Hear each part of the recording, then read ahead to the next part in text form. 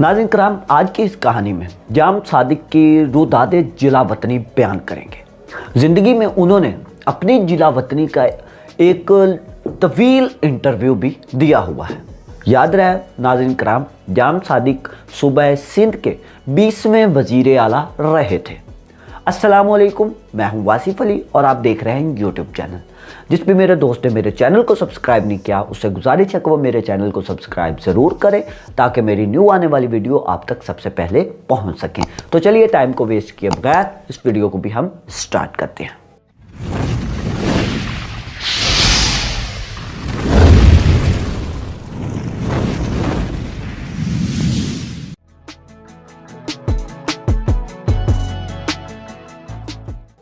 जाम Sadiq general Zia की फौजी आमरीत में सिंध के martial law administrator general Jahanzeb Arbab की मदद से बैरून मुल्क फरार होने में कामयाब हो गए थे। इन्होंने पहले दुबई और बाद में लंदन में तवील जलावतनी गुजारी थी।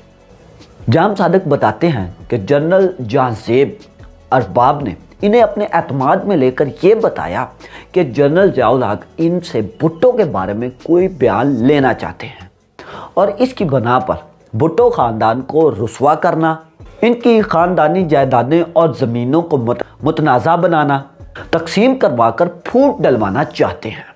इनके इनकार करने पर इनको ऐसी धमकी दी गई कि इनके साथ वो हशर किया जाएगा कि ये भुट्टो का हाल तो भूल ही जाएंगे। जाम सादिक ने जनरल जाज़ेब अरबाब से दोस्ती का वास्ता डालकर मदद मांगी और कहा कि आप तो उस वक़्त तक हैं जब तक मार्शल लॉ नाफिज है और हमने तो यहीं जीना और यहीं मरना है, लिहाजा हम लोग भुट्टो ख़ानदान से बिला वजह दुश्मनी मोल नहीं लेना चाहते। इसके बाद जनरल अरबाब और सादिक अली के साथ जो डील हुई उनमें बैरून मुल्क भेजना भी शामिल था। जनरल अरबाब इन्हें ना सिर्फ एयरपोर्ट तक लेके गए बल्कि जहाज़ में सवार होने तक भी वहाँ पर मौजूद रहे थे।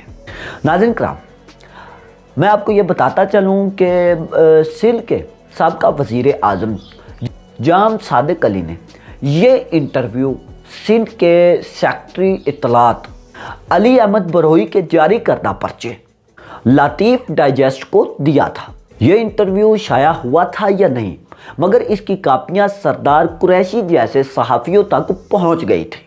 डाइजेस्ट लतीफ़ के इस इंटरव्यू में जाम सादिक ने लेन देन की तफसील तो नहीं बताई थी, लेकिन अलबत्ता ये इंकशाफ ज़रूर किया था कि जनरल ज़िया को हमारे मंसूबे का इल्म हो गया था, जिसकी वजह से जनरल अरबाब को वहाँ से हटाकर उनकी जगह पर जनरल SM अब्बासी को सिंध का गवर्नर और मार्शल लॉ एडमिनिस्ट्रेट लगा दिया गया था।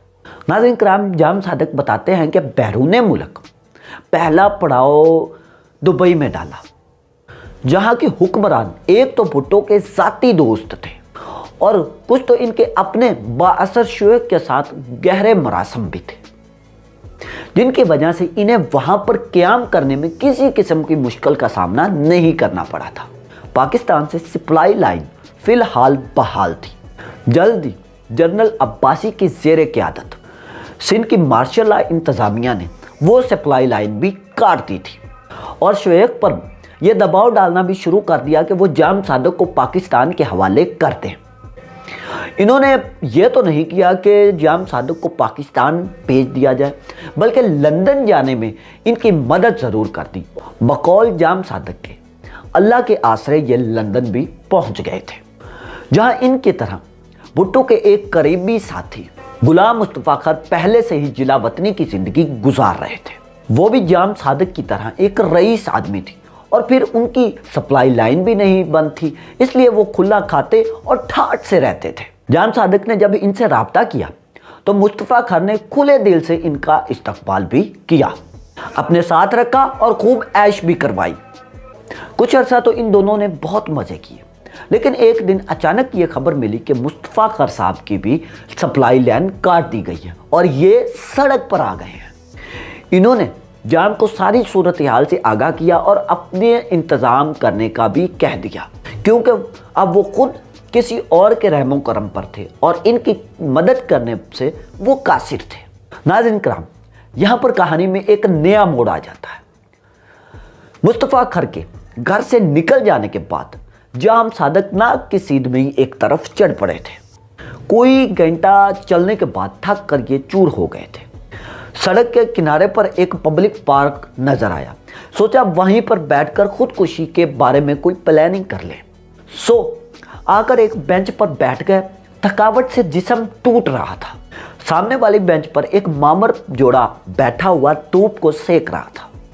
बड़े साहिब अखबार पढ़ने में बहुत मसरूफ थे और बड़ी बी बैठी हुई किसी बच्चे का स्वेटर बुन रही थी। जाम सादक को इस वक्त बहुत ज़्यादा भूख भी लगी थी और इनकी जेब में एक तेला भी नहीं था। पार्क में खसूसन बच्चों को खाता पीता हुआ देखकर भूख और भी ज़्यादा भड़क उठी थी। अब इनसे मज़ीद रहा नहीं जा रहा था। इनका जी चाहता था कि किसी के हाथ से बर्गर छीनकर वो खुद ही खा लें।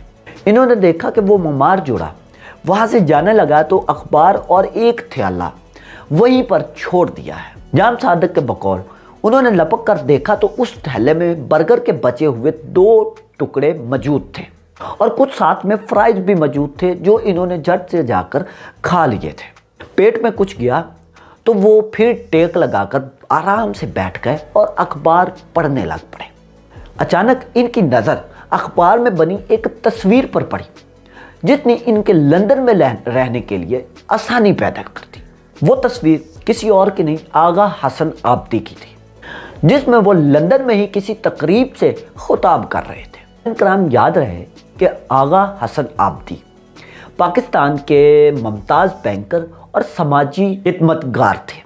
इन्होंने पाकिस्तान में जदीद बैंकारी के मुतअद्दिद इक़दामात को मुतारिफ भी करवाया था। जाम सादिक ने बताया कि वो ज़िंदगी में पहले कभी भी आगा हसन से नहीं मिले थे, लेकिन बस इतना ही जानते थे कि वो पाकिस्तान के बहुत बड़े बैंकर हैं। वो अखबार को हाथ में लेकर ही पार्क से बाहर आए और करीबी बैंक में जाकर उस तस्वीर में बनी हुई जगह का मालूम किया। यूं पूछते पूछाते वो पता मिलने में कामयाब हो गए और जाकर उन्हें मिलने में भी वो कामयाब हो गए थे। खिलाफ़े तवक्का आगा साहब इनकी बड़ी आवभगत की नहायत तवाज़ा से पेश आए और यूं लगे कि इनका हौसला बढ़ाने और तसल्लियाँ देने से कि इनको इनके बारे में सब कुछ मालूम है।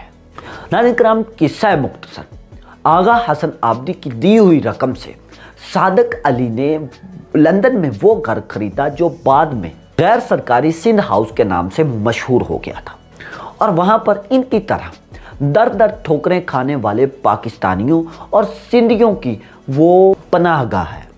आगा साहब के मुख्तस किए हुए वजीफे में इन्होंने वहाँ पर अपनी जिला वतनी के बाकी अयाम इस ठाठ से गुजारे।